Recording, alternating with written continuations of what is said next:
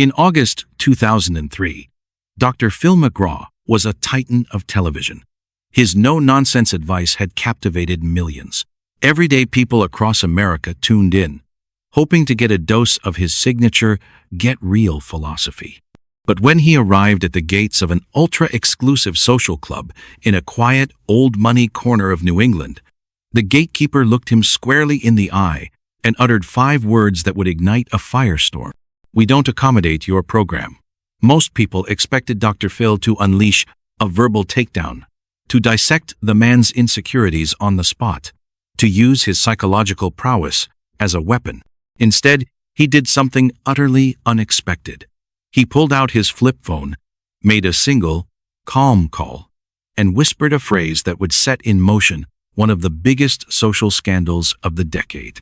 What he would unearth about his own lineage would stun the world. What he would expose about the club would unravel a web of deceit reaching the highest echelons of society. And what he did next would literally break the internet. This is the untold story of how Dr. Phil McGraw transformed the most public humiliation of his life into a crusade for justice that rewrote the rules of power in America. It's a story of buried family secrets, concealed histories, and the sheer force of one man's refusal to accept no for an answer. It all began with a crisp autumn day and a gate that was supposed to swing open.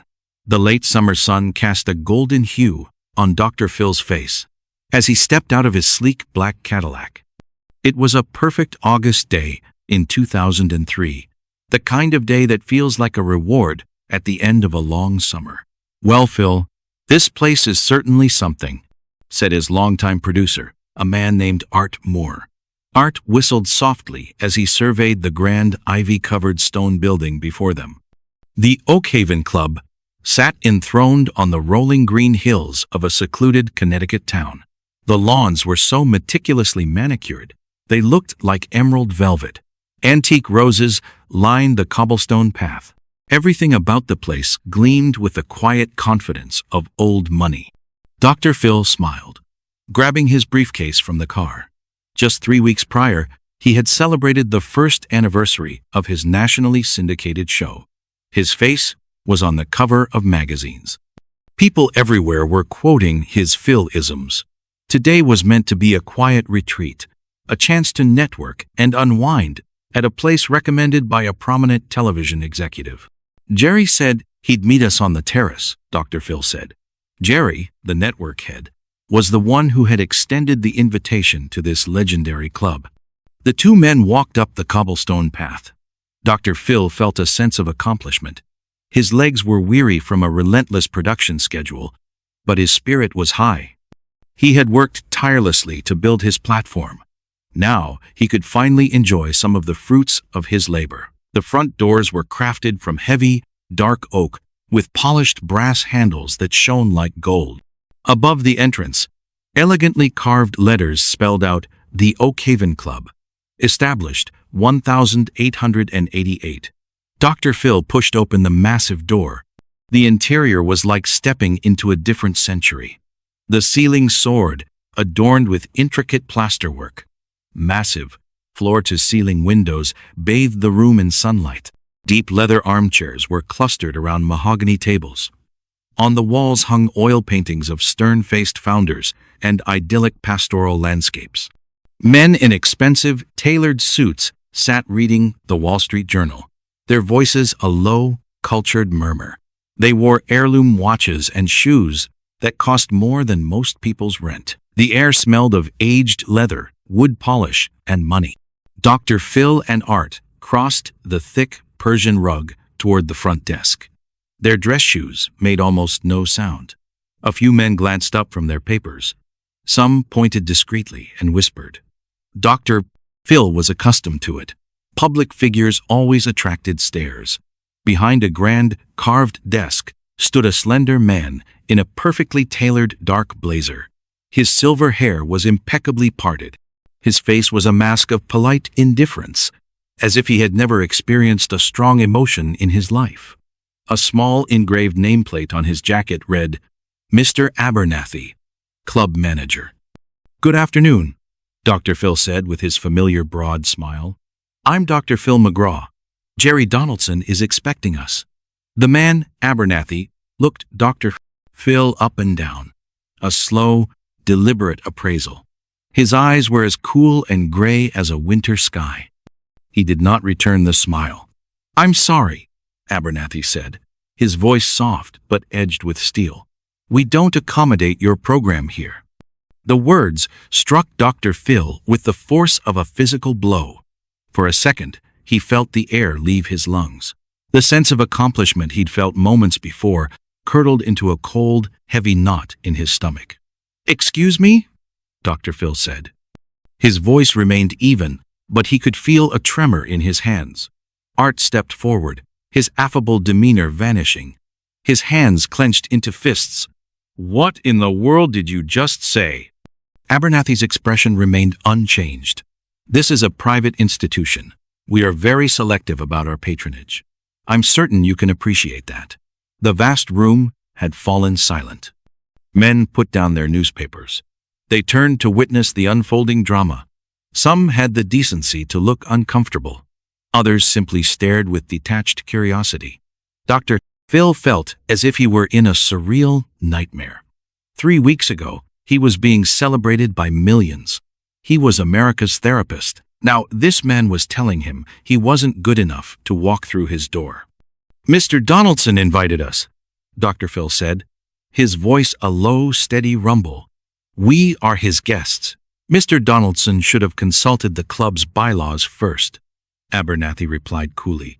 I'm afraid there has been an unfortunate misunderstanding.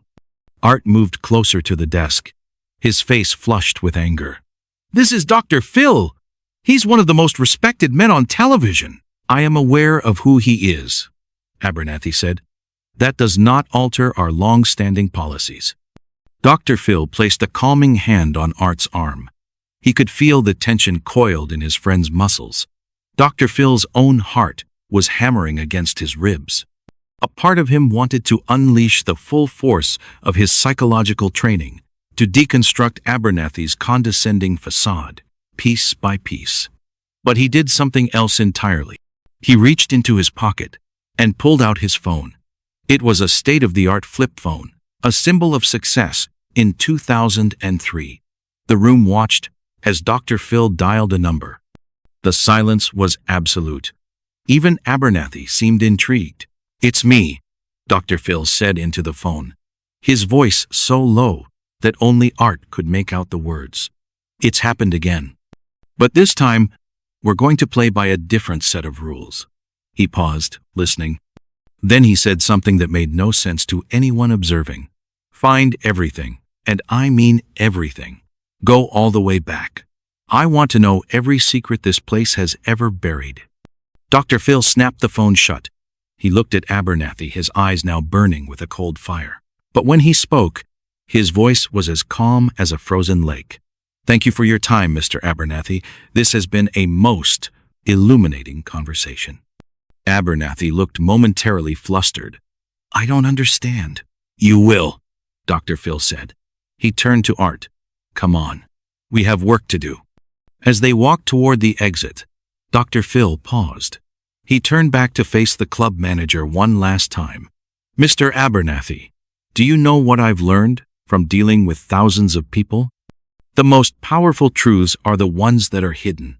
And once they come out, they change everything. Dr. Phil offered a tight, humorless smile. I'm very good at getting to the truth. Art followed Dr. Phil out of the club. The moment they were back at the Cadillac, Art exploded. Phil, we can't let them get away with that. We should call the network, the papers. We should tell everyone what they did. Dr. Phil was silent for a long moment, his gaze fixed on the imposing stone building. The carved letters above the door seemed to mock him. No, Art, he said finally. We're not going to do what they expect. We're not going to have a public tantrum. We're going to be strategic. What does that mean? Dr. Phil got into his car. Remember what my father always taught me? When someone slams a door in your face, don't just stand there yelling. You go find the blueprints of the whole building. But Phil, it's not right. "You're Dr. Phil. You help people." Dr. Phil started the engine. "Helping people is just the beginning, Art. Now I'm going to show them what I'm truly capable of." As they drove away from the Oakhaven Club, Dr. Phil made another call. This time, Art could hear every word. "Helen, it's Phil. Remember that research team we put together for the show on corporate fraud? It's time to activate them. I want you to dig into the history of private social clubs in New England. I want to know their bylaws, their tax status, their founding members, everything." He paused, listening. "Yes, I'm serious. As serious as a heart attack. This isn't just about a rude manager, Helen. This is about something much, much bigger." Art watched his friend's face. Dr. Phil looked different. Older, more focused, as if he had just committed himself to a battle that would redefine his entire career. "What are you planning, Phil?" Dr. Phil managed a real smile this time. It was the kind of smile he got just before he delivered a life-altering truth to a guest on his show. "I'm going to teach them what happens when you try to shut the door on Dr. Phil. But I'm not going to do it their way. I'm going to do it my way." He glanced at the phone in his hand, then at the road stretching before them. "I'm going to win this game the same way I win every other one, Art. By exposing the truth, one inconvenient fact at a time. And when I'm done, the whole world is going to know what really happened here today." Art didn't fully grasp it yet. Neither did the men back at the Oakhaven Club. They had no idea that Dr. Phil McGraw had just begun the most important case of his life. A case that wouldn't be tried on a television stage, but in the court of public opinion. A case that would change everything. And Dr. Phil never lost the cases that truly mattered. Dr. Phil sat in his car for a long time after leaving Oakhaven. Art had taken a cab back to the city, but Dr. Phil needed to process what had happened. The humiliation felt sharp and cold in his chest. He closed his eyes and was transported back to the dusty plains of North Texas in the 1960s. He was a boy, walking with his father, Joe McGraw, through the small town where they lived. They passed a sprawling brick building with a pristine golf course surrounding it. "What's that place, Dad?" young Phil had asked. "That's the country club, son," his father had said, his voice low and tinged with something Phil couldn't decipher at the time. "Can we go there? It looks fun." Joe McGraw stopped walking. He knelt down, putting his large, calloused hands on his son's shoulders, looking him straight in the eye. Phil remembered the smell of oil and hard work on his father's clothes. "Son, there are some places in this world that are built on exclusion," Joe said.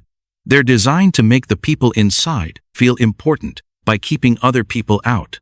It doesn't mean you're not good enough. It means they are." "But why?" Joe looked at the brick building for a long moment. "Because some people measure their worth not by what they've built, but by who they can look down on. But you listen to me, Philip. You get so good at what you do, so undeniably excellent, that they can't ignore you. You build your own house, and you make it so grand they'll be begging for a tour." Young Phil looked at the country club. "I'm going to be so good at something that they'll have to let me in." His father smiled. "That's my boy. When you're the best, you don't have to follow their rules. You get to write your own." Now, 2 decades later, Dr. Phil opened his eyes. He was one of the most successful television personalities in the world. He had just launched a show that was a cultural phenomenon. But for some, it still wasn't enough. He started his car and began the drive back to his hotel in New York City. The suite was opulent, with sweeping views of Central Park. But as he walked in, he felt none of his usual satisfaction. His wife, Robin, was there, arranging flowers she'd bought. She looked at his face and knew instantly that something was wrong. Later that night, after he had recounted the story, she sat beside him on the sofa, looking out at the glittering city lights. "They wouldn't let you in," he said, the words still tasting like ash. "The man at the desk said they don't accommodate my program." Robin took his hand. "I'm so sorry, Philip. That must have been incredibly painful." It was. But you know what was worse? thinking about all the other people this happens to. People who don't have my platform or my resources. If they can do this to Dr. Phil, imagine how they treat everyone else. Dr. Phil thought about the stories he'd heard from guests on his show. Stories of quiet discrimination, of being made to feel less than in subtle, cutting ways. He'd always coached them to rise above it, to focus on their own self-worth. But now he understood the sting of it in a way he never had before. This wasn't just a psychological slight. It was a systemic barrier. He thought of the pioneers in television who had faced far worse. People like Oprah Winfrey, who had shattered every conceivable ceiling, or Ed Bradley, whose journalistic integrity had earned him a place at the table in rooms where no one like him had been before. These were his heroes.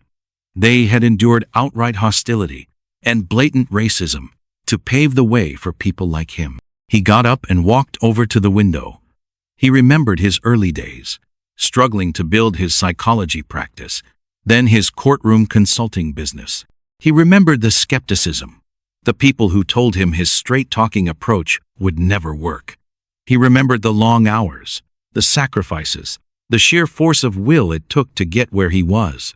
He had been driven by a desire to prove them all wrong.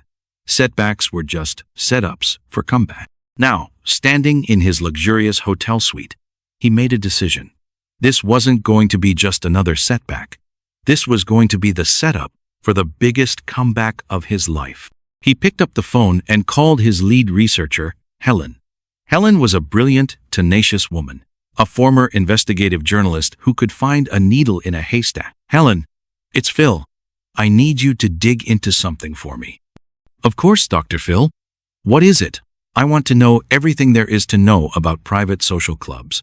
How they're structured, how they're funded, what legal loopholes they use to operate. That's a fascinating subject. May I ask what sparked this?"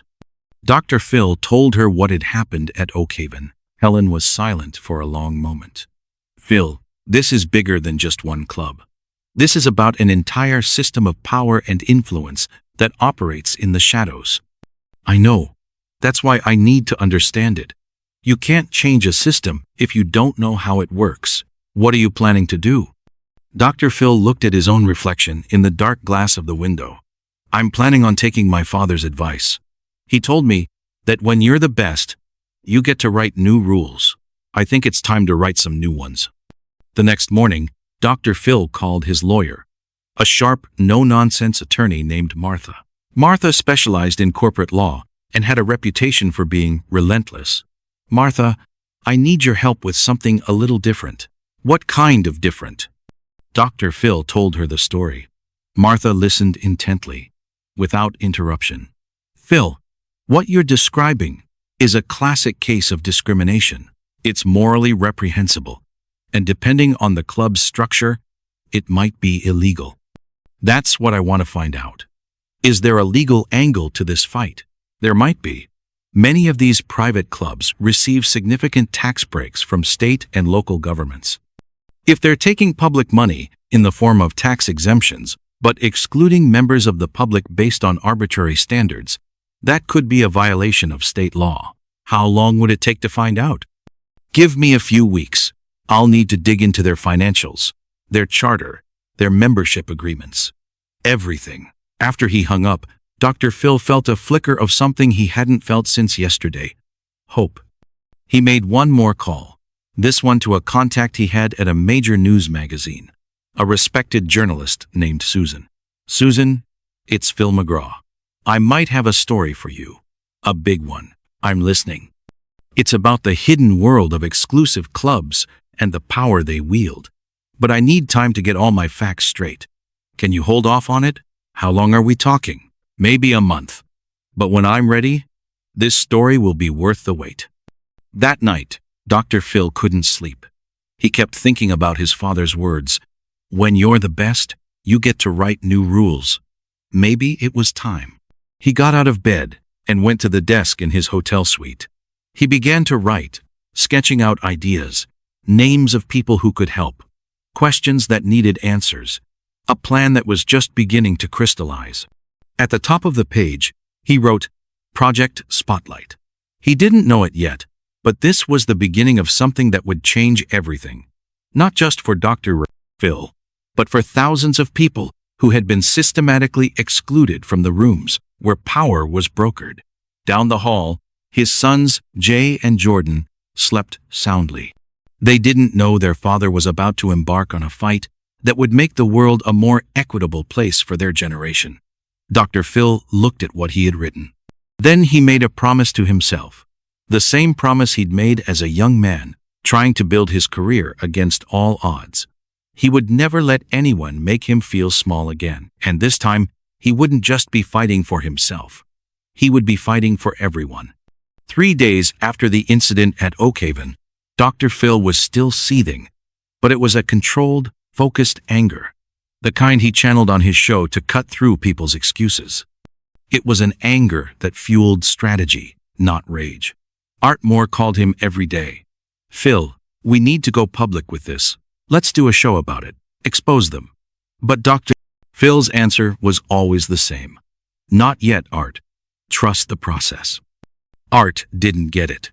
Most people wouldn't. The Dr. Phil they saw on TV would have confronted this head-on, immediately. He would have used the power of his platform to call them out. But this was different. This wasn't about a single confrontation. This was about dismantling a system. On Thursday morning, Dr. Phil sat in his hotel suite, sipping coffee. The newspapers were filled with stories about his show's ratings, calling him the conscience of America. But all he could think about was Mr. Abernathy's cold, dismissive eyes. The way the man had looked at him, as if his success, his entire life's work, was a vulgar sideshow. As if his program was something to be swept under the rug. Robin sat down beside him. "You're still replaying it in your head." "How can I not? 3 weeks ago, I was on top of the world. Now I feel like I'm that kid in Texas again, being told I don't belong. But you're not that kid anymore. You're Dr. Phil. You have power." He looked at his wife. She was right. He did have power. The question was how to wield it effectively. That afternoon, Dr. Phil went to a temporary office he'd set up in the city. He needed to make some calls that required absolute privacy. First, he called Helen, his lead researcher. "Helen, what have you found on Oakhaven?" "A lot, Phil. More than you might think. That club enjoys a special historic preservation status. They pay almost zero property taxes because they claim to be a cultural institution that benefits the public. But they don't benefit the public." Precisely. They take a massive public subsidy but deny access to the very taxpayers who are funding their existence. It's a textbook case of having your cake and eating it too. Dr. Phil jotted down notes as Helen spoke. "What else?"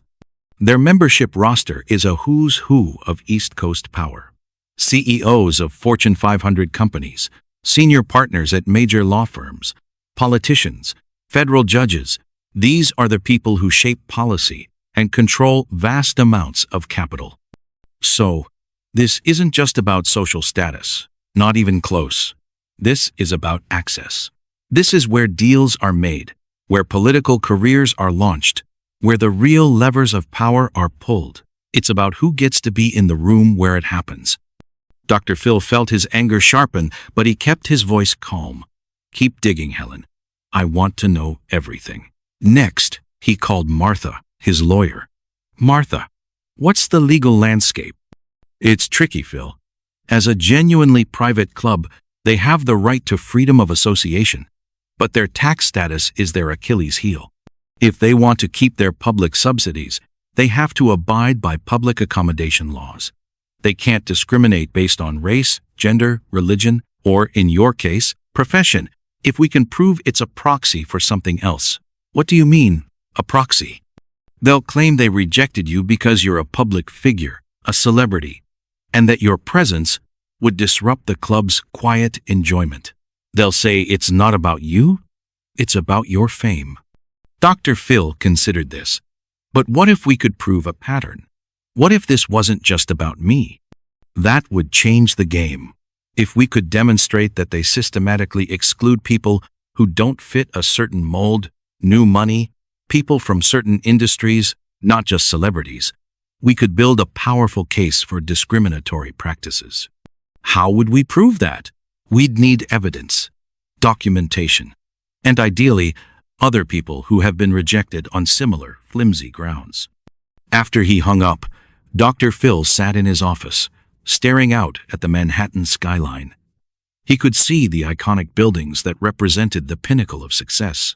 But he now understood that behind those glass towers was another, more hidden architecture of power. That evening, he flew to Texas to see his parents.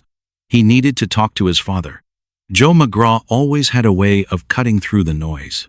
They sat on the back porch of the house Phil grew up in, the same porch where his father had taught him about life's hard truths. "Dad, I need your advice."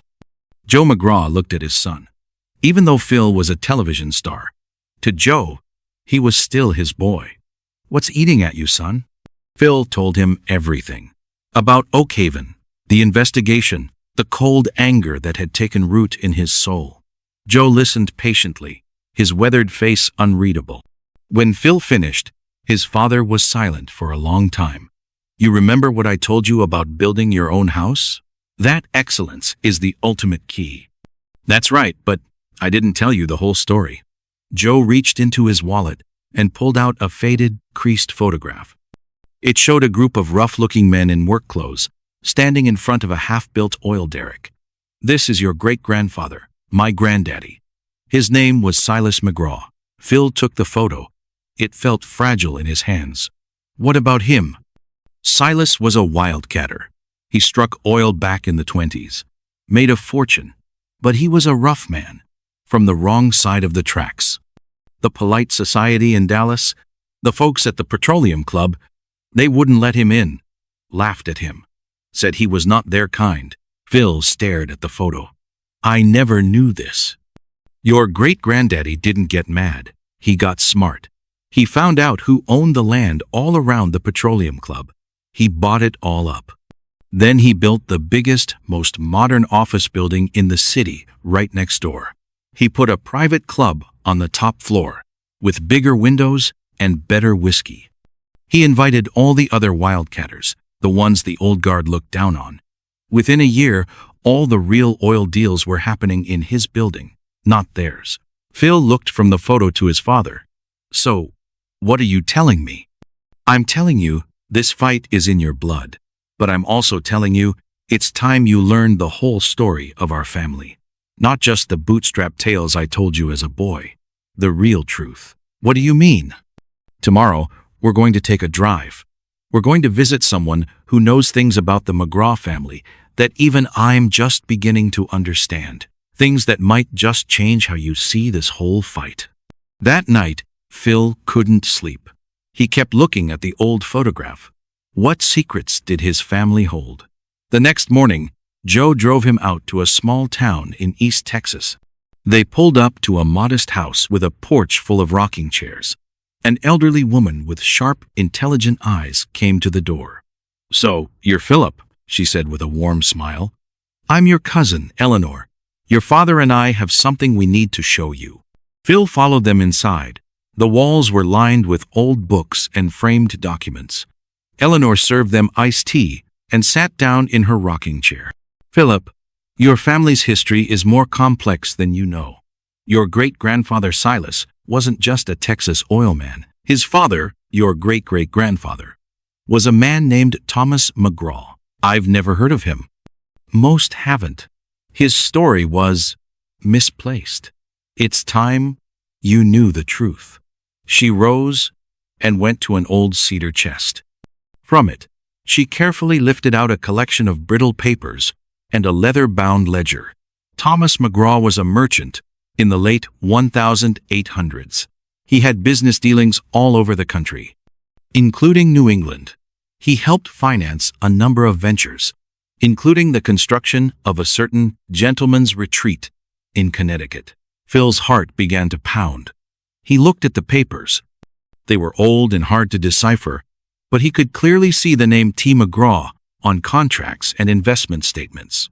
What happened to him? The same thing that happened to a lot of enterprising men who weren't part of the established elite. There was a financial panic in the 1890s. His partners, the ones with the fancy pedigrees, they squeezed him out. They rewrote the club's history, erased his name from the founding documents, and made it seem as if he never existed. Eleanor looked at Phil, her eyes holding a century of quiet indignation and pride. But he did exist, and so did his investment. And now, maybe it's time the world remembered. She handed Phil an old photograph. It showed a group of men in top hats and frock coats, standing in front of a newly completed stone building. One of the men, standing slightly apart from the others, had the same determined jawline as his father, and as him. "Look at the back," Eleanor said. Phil turned it over. In faded, elegant script, someone had written, "Founders Day Gala, the Oakhaven Club, 1888, T. McGraw, founding investor." Phil's hands were shaking. "This is Oakhaven." "That's right. Your great-great-grandfather's money is in the foundation of the very club that just turned you away. His vision is in those stone walls." Phil stared at the photograph. The man in the picture looked like a fighter. Why was he erased? Because in the 1890s, the rules of the game changed. The old money circles closed ranks. They didn't want new men like Thomas in their midst. So he went from founding father to forgotten man. Phil felt something ignite in his chest. It wasn't just anger anymore. It was a sense of profound, historical purpose. "Eleanor, do you have more proof of this?" "I have his ledgers, his letters, his bank records. Everything my family has preserved for over 100 years, waiting for someone to care enough to set the record straight." Phil looked at his father. Joe McGraw was beaming. "This is why you brought me here. It was time, son. It was time you knew the whole story." Phil held the old photograph up to the light. Everything was beginning to connect. This wasn't just about a personal insult at a club. This was about justice. This was about family. This was about reclaiming a stolen legacy. "Dad, Eleanor, I need to ask you both something important." "What is it, son? Are you ready to help me turn this rejection into the biggest comeback in our family's history?" Eleanor's smile was the first genuine, joyous one he'd seen all day. "Philip McGraw, I've been waiting my whole life for someone to ask me that question." Phil stood up. He felt different, taller, as if all the scattered pieces of his life's puzzle were finally snapping into place. "Then let's get these documents to my lawyer. It's time to find out exactly what Thomas McGraw left us." As they drove back, Phil thought about Mr. Abernathy's cool, dismissive gaze. The man who had told him he didn't belong at Oakhaven had no idea what he had just unleashed. Because Phil wasn't just fighting for himself anymore. He was fighting for Thomas McGraw. He was fighting for Eleanor. He was fighting for every person who had ever been told they weren't good enough, whose contributions had been erased from the history books, and Dr. Phil never lost the fights that really mattered. The law offices of Martha Sterling felt like a war room. Dr. Phil, his father Joe, and his cousin Eleanor sat around a massive conference table. Spread across its polished surface were the contents of Thomas McGraw's legacy: the brittle ledger, the faded photographs, the investment contracts. Martha, a formidable woman with piercing blue eyes, examined each document with a magnifying glass, her expression a mixture of awe and professional excitement. "Phil, do you have any idea what you have here?" she said, finally looking up. "This isn't just family memorabilia. This is a meticulously documented legal and financial history. Your great-great-grandfather wasn't just an investor. According to these papers, he was a primary lien holder on the original land purchase." "What does that mean in plain English, Martha?" Phil asked, leaning forward. "It means the Oakhaven Club was built on land that was secured by your family's money. If the terms of that original loan were never properly satisfied after they pushed him out, and I'd bet my license they weren't, your family might have a legal claim to that property." Phil felt a wave of vertigo. The club that had humiliated him was built on a foundation of his own family's wealth and vision. a foundation they had stolen. "We need to get all of this to my research team," Phil said, his voice tight. "Helen needs to see everything." They spent the next 5 hours scanning every document, creating a digital archive of Thomas McGraw's life. When they were finished, Phil had a hard drive containing a treasure trove of evidence, proof that his family had been a cornerstone of the very institution that now scorned him. On the flight back to New York, Phil's mind was a whirlwind. This was no longer just about discrimination. This was about fraud. This was about a century-old conspiracy to erase a man's legacy and seize his assets. This was about historical justice. The moment he landed, he started making calls. First, to Helen, his head researcher. "Helen, you're not going to believe what we've found." He explained about Thomas McGraw, the land, the erased history. Helen was silent for a beat. The only sound, the frantic clicking of her keyboard. "Phil, if these documents are authentic, this changes the entire narrative. We're not just looking at a discriminatory club. We're looking at an institution founded on a fraudulent conspiracy. What's our next move? I need you to have experts verify these documents. We need to establish an unbroken chain of evidence. Then, I want you to cross-reference Oakhaven's founding members with other institutions. Banks, universities, corporations. Let's see how deep this web goes. How deep do you think it is? I'm beginning to think this isn't just about one club. If they did this to Thomas McGraw, they probably did it to others. This could be a pattern of behavior for an entire class of people." Phil's next call was to Susan, the journalist. "Susan, it's Phil. The story I told you about is getting bigger than I ever imagined. I'm listening. It's about how some of America's most prestigious institutions may have been built on stolen legacies, but I need more time. Can you hold the story?" "How much more time, Phil? The buzz about what happened to you at Oakhaven is already starting to leak. People are asking why you haven't responded." Phil's stomach tightened. Let them talk. Let them think I'm taking it lying down. When we're ready to go public, everyone will understand why we waited. That evening, Phil couldn't bring himself to eat. He kept thinking about Thomas McGraw, about the betrayal he must have felt, about the generations of his family who lived without knowing the truth of their own legacy. Robin sat with him in their hotel suite. "You're different, Philip. This has changed you." "How so?" "You're thinking bigger. This isn't about your career anymore. It's not even just about you. This is about history." She was right.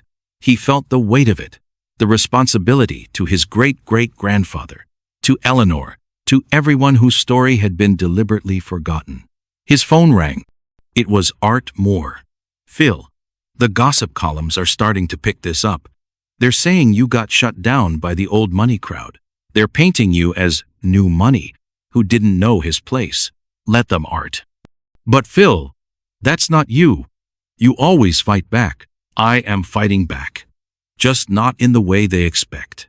Phil looked at the encrypted hard drive sitting on the table. "Art, what if I told you that my great-great-grandfather's money built that club? What if I told you his name was chiseled off the cornerstone, and his legacy was buried for 100 years? Art was speechless. "Are you serious?" "As a heart attack." "And Art, what if I told you this probably wasn't the only time this happened? What if there are dozens of stories just like this, buried under the foundations of the most respected institutions in this country?" "Then I'd say you're about to start a war." "Not a war, Art. A reckoning. A public audit of history itself." After he hung up, Phil walked over to the window and looked out at the city. He thought of Mr. Abernathy, the club manager who had been the catalyst for all of this. The man likely thought he had put a presumptuous celebrity in his place. He had no idea he had awakened a sleeping giant. He had no idea he had handed Dr. Phil the case of a lifetime. Phil picked up a pen and a legal pad. He began to sketch out a plan, a multi-pronged attack that would be precise, methodical, and devastating. At the top of the page he wrote, "Phase 2, the network." Below it, he started a list of names. Not just celebrities, but respected academics, historians, legal scholars, and financial investigators. People with unimpeachable credibility. People who could help him build an ironclad case. What if they formed a commission? The American Legacy Commission.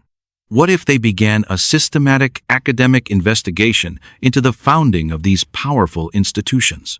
What if they did it all under the radar, preparing a report that would be unassailable? He smiled as he wrote. This was going to be bigger than a TV show, bigger than a lawsuit. This was going to be a full-scale historical excavation. His phone rang again. The caller ID was a blocked number. He hesitated, then answered. Dr. McGraw, a woman's voice said, low and urgent. My name is Catherine. I'm a member of the board at the Oakhaven Club. Phil's heart began to race. How did you get this number? I have my ways. Dr. McGraw, I need to meet with you. There are things happening at that club. Things you need to know. Things that could help your cause. What kind of things? The kind of things that go far beyond dusty old history. The kind of things that could bring down more than just a discriminatory membership policy. Can we meet? Phil looked at his list of names. His plan was already bearing fruit, and he hadn't even made a single call. Where? Somewhere public, but anonymous. This conversation could be very dangerous for me. Phil felt a jolt of adrenaline. What secrets was Oakhaven hiding now? What had he stumbled into? I'll meet you, but I'm bringing my lawyer. That would be wise, Dr. McGraw. What I have to tell you is going to change everything. After Catherine hung up, Phil stared at his phone. He had thought this was a battle over history, over a century-old injustice. But maybe it was about something more. Maybe Mr. Abernathy's rejection wasn't just about snobbery. Maybe it was about fear. Fear that someone with Dr. Oprah, Phil's resources and public platform, might start digging and uncover secrets that were meant to stay buried forever. He looked at the hard drive on the table. Tomorrow, he would learn what Catherine knew. Tomorrow, he would take the next step in a fight that was growing more complex by the hour. And Dr. Phil never lost the fights that really mattered. Dr. Phil and his lawyer, Martha, met Catherine at a bustling cafe in Grand Central Station. She was an elegant woman in her late 60s, with eyes that were sharp and wary. She chose a small table in a noisy corner, a place where their conversation would be swallowed by the surrounding din. Catherine looked nervous, her hands trembling slightly as she held her coffee cup. Dr. McGraw, what I'm about to tell you could destroy my family's reputation and put me in considerable danger, but I can't, in good conscience, remain silent. We're listening, Martha said, her voice calm and reassuring. Catherine opened her briefcase and slid a plain manila folder across the table. I've been on Oakhaven's board for 10 years. I inherited the seat from my father. It's been in my family for generations. I never questioned things. Until your incident. She took a deep breath. After you were turned away, I started asking questions. Quietly, at first. I wanted to understand why the board was so terrified of someone like you. What I discovered is that the club isn't just a social retreat. It's a financial clearinghouse. Martha leaned in. What do you mean by that? Oakhaven operates what is essentially an unregulated private investment fund. Members pool their resources for off-the-books ventures. High-risk, high-reward deals that are never reported to the SEC. They use the club's tax-exempt status as a shield. Dr. Phil stared at her. Are you saying they're engaged in illegal financial activities? I'm saying they're operating in a gray area the size of Texas, Catherine corrected. And it gets worse. Some of the club's most powerful members are using it to facilitate insider trading. They share confidential corporate information on the golf course, in the steam room, information that makes them millions. Martha's eyes widened. Do you have proof? Catherine tapped the folder. These are copies of internal financial statements. They detail the movement of funds, the investment vehicles. They're heavily coded, but a good forensic accountant could decipher them. Why are you telling us this? Dr. Phil asked, his voice low. Catherine's eyes filled with a sad, resolute light. Because my father was an honest man. He believed in the club's traditions. I think if he knew what it had become, he would be horrified. And my son is a prosecutor with the U.S. Attorney's Office. He's been trying to build a case against some of these men for years, but he's always hit a brick wall of silence and privilege. I can't stand by and watch them mock the very laws he's sworn to uphold. She slid another document out of the folder. This is the membership application file for the last 20 years. Look at the rejections. It's not just celebrities. It's anyone who might ask too many questions. Investigative journalists, prominent lawyers, even a former SEC commissioner. They don't exclude people because of who they are. They exclude people because of what they might find out. Martha took the file, her hands moving with reverence. This is a goldmine. This establishes a clear pattern of behavior. There's more, Catherine said, her voice dropping to a whisper. I found the original club charter from 1888, the one they keep locked in the vault. She pulled out a scanned copy. Look at the list of founding investors. Dr. Phil's breath caught in his throat. There, among the Astors and Vanderbilts, was the name Thomas McGraw, but next to it, someone had, at a later date, crudely written in pencil, loan satisfied, membership revoked. They didn't just erase him, Phil said, his voice thick with emotion. They documented the theft. Martha, would you be willing to testify to this? Martha asked. Catherine hesitated, her fear palpable. They are powerful men, Martha.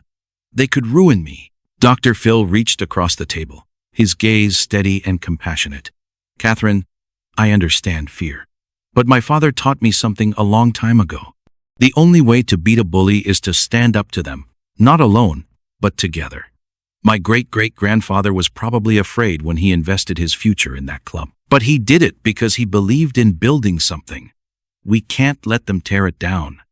Catherine looked into Dr. Phil's eyes and seemed to find the courage she was looking for. What are you planning to do? A slow, determined smile spread across Dr. B. Phil's face. I'm planning to finish what Thomas McGraw started. I'm planning to expose the truth, and I'm going to do it in a way that will change the rules of the game forever. Over the next month, Dr. Phil's life became a whirlwind of clandestine activity. He wasn't just a TV host anymore. He was the general of a secret war. He officially formed the American Legacy Commission, a nonprofit organization staffed by the country's top historians, forensic accountants, and legal scholars. Working out of a secure office, they began to piece together the puzzle. His first call was to Dr. Henry Louis Gates, Jr., the renowned Harvard historian. Henry, it's Phil McGraw. I need your help with a project that I think will be of great interest to you. I'm listening, Phil. Dr. Phil laid out the story of Thomas McGraw and the Oakhaven Club. I want to fund a comprehensive academic study, he said, to investigate the hidden contributions of new men and outsiders to the founding of America's most powerful institutions. There was a moment of stunned silence on the other end of the line. Phil, Dr. Gates said, his voice filled with excitement. This is the Holy Grail. This is the story of how America was really built. Count me in. Next, he recruited a team of forensic accountants, led by a retired FBI agent named Frank. Frank, Phil said, handing him Catherine's documents.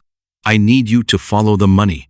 I want to know every dollar that went in and out of that club's secret fund.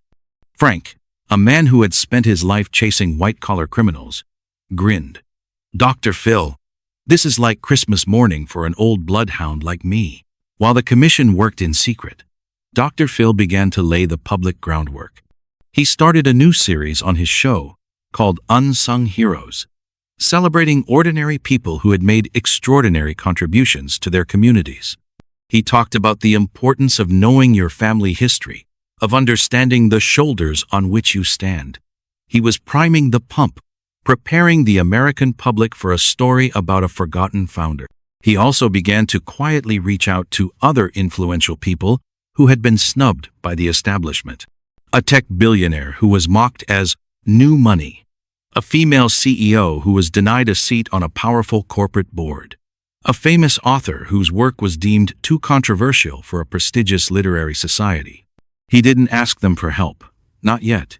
He just shared his story, planting seeds of solidarity. As the pieces came together, a shocking picture emerged. The Oakhaven Club wasn't an anomaly, it was a blueprint.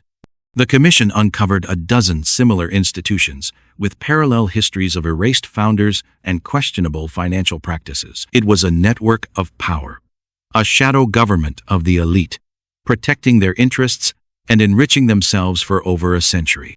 But Dr. Phil still hadn't revealed his trump card, the one thing that would take this story from a historical exposé to a viral phenomenon. Late one night, in his hotel room, he looked at the documents Eleanor had given him. Tucked inside an old family Bible was a small, yellowed piece of paper he hadn't shown anyone, not even Martha. It was a DNA analysis report from a company that did early genetic testing in the 1980s. Eleanor had done it out of curiosity, to trace the McGraw family's roots back to Ireland. Dr. Phil had quietly sent a sample of his own DNA to a modern lab, asking them to compare it against the data from that old report. The results had come back 2 days ago. The test confirmed what he already knew. He was a direct descendant of Thomas McGraw. But that wasn't the bombshell. The advanced analysis revealed something else, something that would rewrite the headlines. The lab had found a rare genetic marker, one that linked the McGraw family to another, very prominent American family. A family that was considered the epitome of East Coast old money. A family that had several members currently sitting on the board of the Oakhaven Club. Dr. Phil stared at the report. His great-great-grandfather hadn't just been cheated by his partners. He had been cheated by his own cousins. The betrayal was deeper, more personal, and more explosive than he could have ever imagined. His phone rang. It was Susan, the journalist. "Phil, I can't hold this story any longer. The whispers are getting too loud. People are saying you're planning a lawsuit. I have to run with something." Dr. Phil smiled. The timing was perfect. "Susan, I promised you the exclusive when I was ready. Are you still interested?" "Absolutely. When and where?" "Soon. Very soon. And when I tell you what we've discovered, it's going to be the biggest story of your career."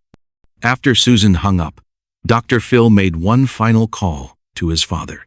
"Dad, it's time. Tomorrow, we go public. Tomorrow, we start the final phase. Are you ready for the blowback, son? These people play for keeps." Dr. Phil looked at the DNA report, at the architectural plans for a new foundation he was creating, at the list of allies he had assembled. "I'm ready, Dad." Thomas McGraw waited over 100 years for his story to be told. It's time to honor his memory and change the world. Your great-great-grandfather would be proud of you, Philip. I hope so, Dad, because tomorrow, everyone is going to know his name. And they're going to know that when you try to erase a family from history, you don't just get a fight, you get a reckoning.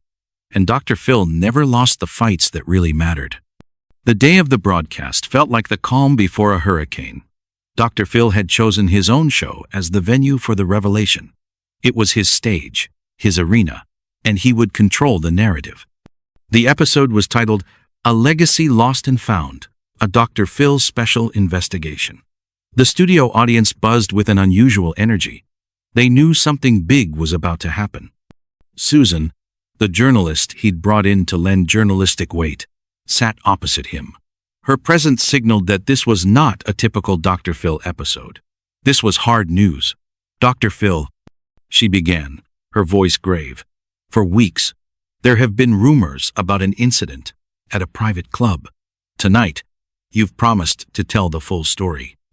Dr. Phil took a deep breath, looking directly into the camera, speaking to the millions of people who had invited him into their homes.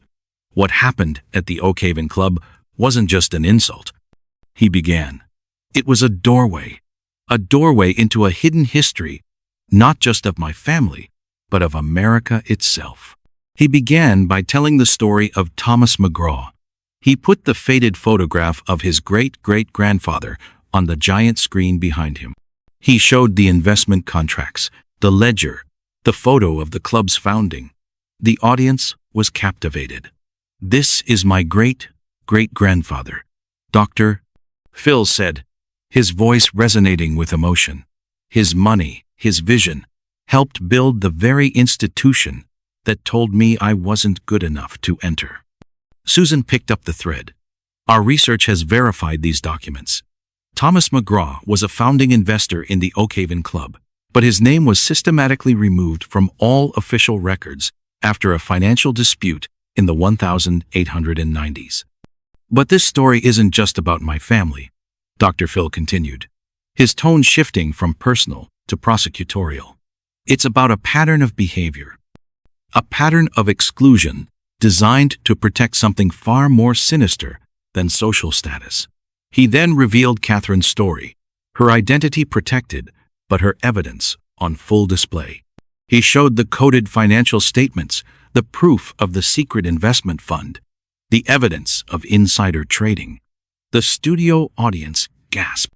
"The Oakhaven Club isn't just a club," Dr. Phil declared, his voice like thunder.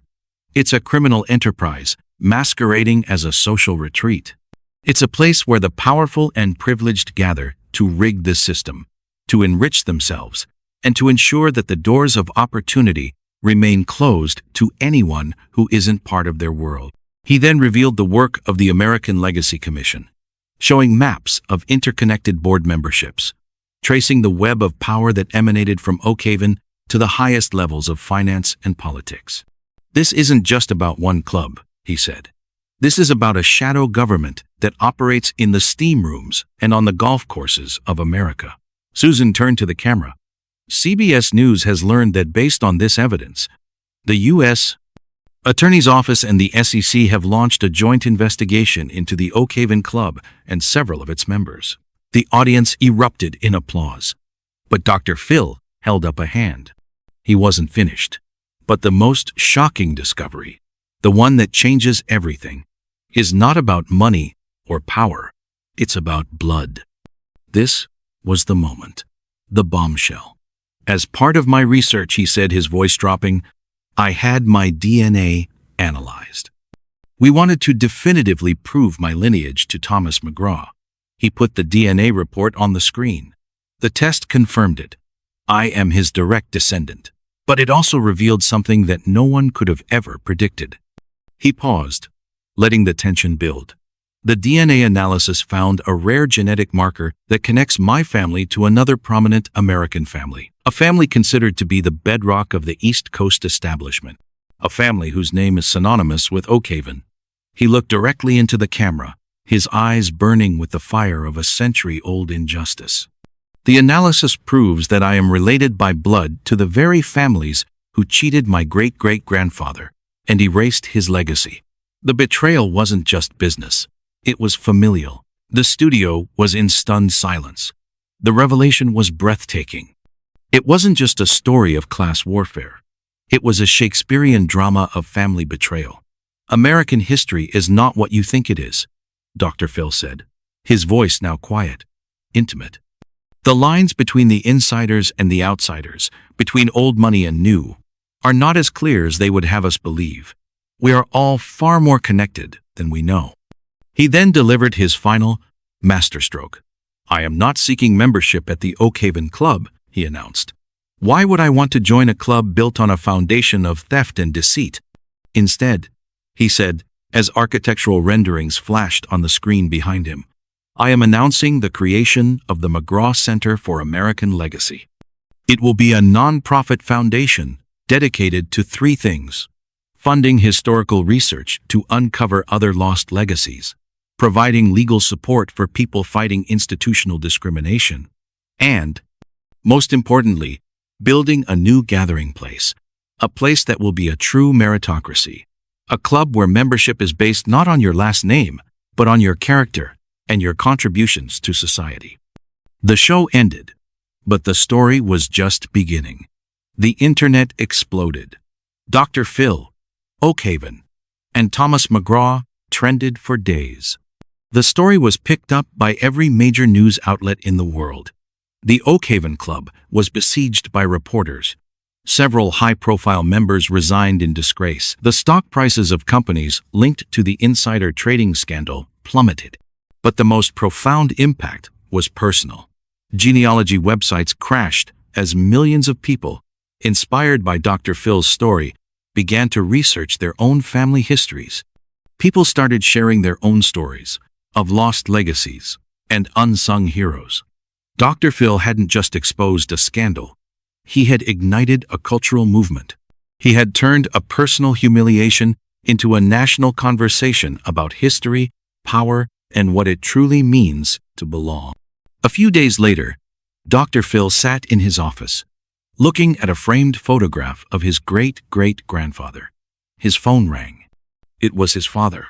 "Well, son," Joe McGraw said, his voice thick with pride, "I guess you didn't just build a new house.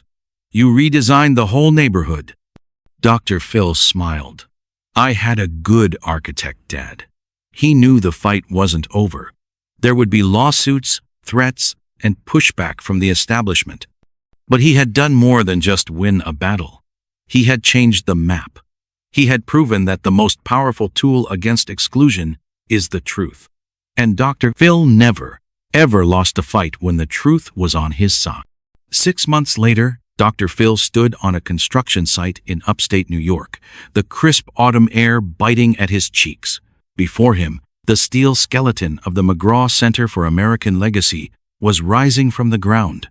It was an ambitious project, a state-of-the-art research institute, a public policy think tank, and a modern, inclusive social club, all under one roof.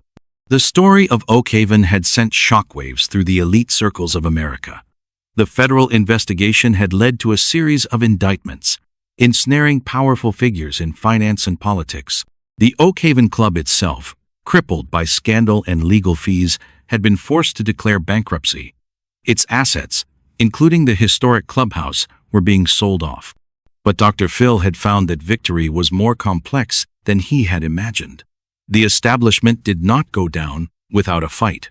A vicious smear campaign had been launched against him in the tabloids, painting him as a vindictive megalomaniac. There had been anonymous threats, forcing him to hire a security detail for his family. The battle had taken a personal toll. Yet, as he watched the welders sending sparks into the sky, he felt a profound sense of peace. The backlash was nothing compared to the groundswell of support he had received.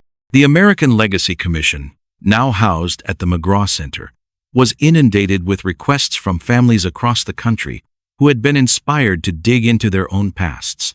The stories they unearthed were incredible. A black family in Louisiana discovered their ancestor had invented a revolutionary farming tool, the patent for which had been stolen by a wealthy landowner. An Italian-American family in Chicago found documents proving their great-grandmother had founded a successful business that was later squeezed out by the mob. The center was not just rewriting history, it was restoring it. Dorothy Morrison Franklin, the woman who had helped Michael Jordan uncover his own family's hidden history, had reached out to Dr. Phil. They had formed an immediate bond. Two people from different worlds, united by a shared mission. She now served on the advisory board of the McGraw Center. "Philip," she had told him, "you've opened a door that can never be closed again. You've given people permission to claim their own stories." His most unexpected ally, however, had been Catherine, the whistleblower from the Oakhaven board. After testifying before a grand jury, she had become a pariah in her social circle, but she had found a new purpose. She was now the head of the McGraw Center's Ethics and Governance program, using her insider's knowledge to teach a new generation of leaders how to build transparent and accountable institutions. As Dr. Phil stood on the construction site, his phone buzzed. It was a text from his son, Jay. It was a link to a news article. A consortium of universities, funded by the McGraw Center, had just launched the Thomas McGraw Historical Justice Project, a multi-year initiative to digitize forgotten archives and create a public database of lost contributors to American history. He looked up from his phone at the rising structure before him. His great-great-grandfather had been erased from the history of one club. Now, his name was attached to a national movement to reclaim the histories of thousands. He thought about his father's advice. When they shut a door, you find the blueprints to the whole building. But he had done more than that. He had drawn up blueprints for a new kind of building altogether. A young woman in a hard hat, the project's lead architect, walked over to him. "Dr. McGraw," she said, her eyes shining with excitement, "we're on schedule. The cornerstone is ready to be laid next week." "Is the inscription ready?" he asked. "Yes, sir. Just as you specified." Dr. Phil thought about that inscription. It would not be a long list of wealthy donors. It would be a simple, powerful quote from his great-great-grandfather. A line he had found in one of Thomas McGraw's letters, written after he had been betrayed by his partners. "They can steal the credit," Thomas had written, "but they cannot steal the work. For what is built with honest hands will stand long after their names have turned to dust." That evening, as he flew home, he looked down at the glittering lights of the country below. He knew the fight for justice was never truly over. But he also knew that he had honored the legacy of the rough-and-tumble wildcatter and the visionary merchant who were his ancestors. He had faced down the modern-day gatekeepers and proven that the truth, when wielded with strategy and courage, was the most powerful force on earth. He had been denied entry to their club, so he had built a better one, a place where the only requirement for membership was a commitment to building a better world. And Dr. Phil McGraw never, ever lost the fights that truly mattered.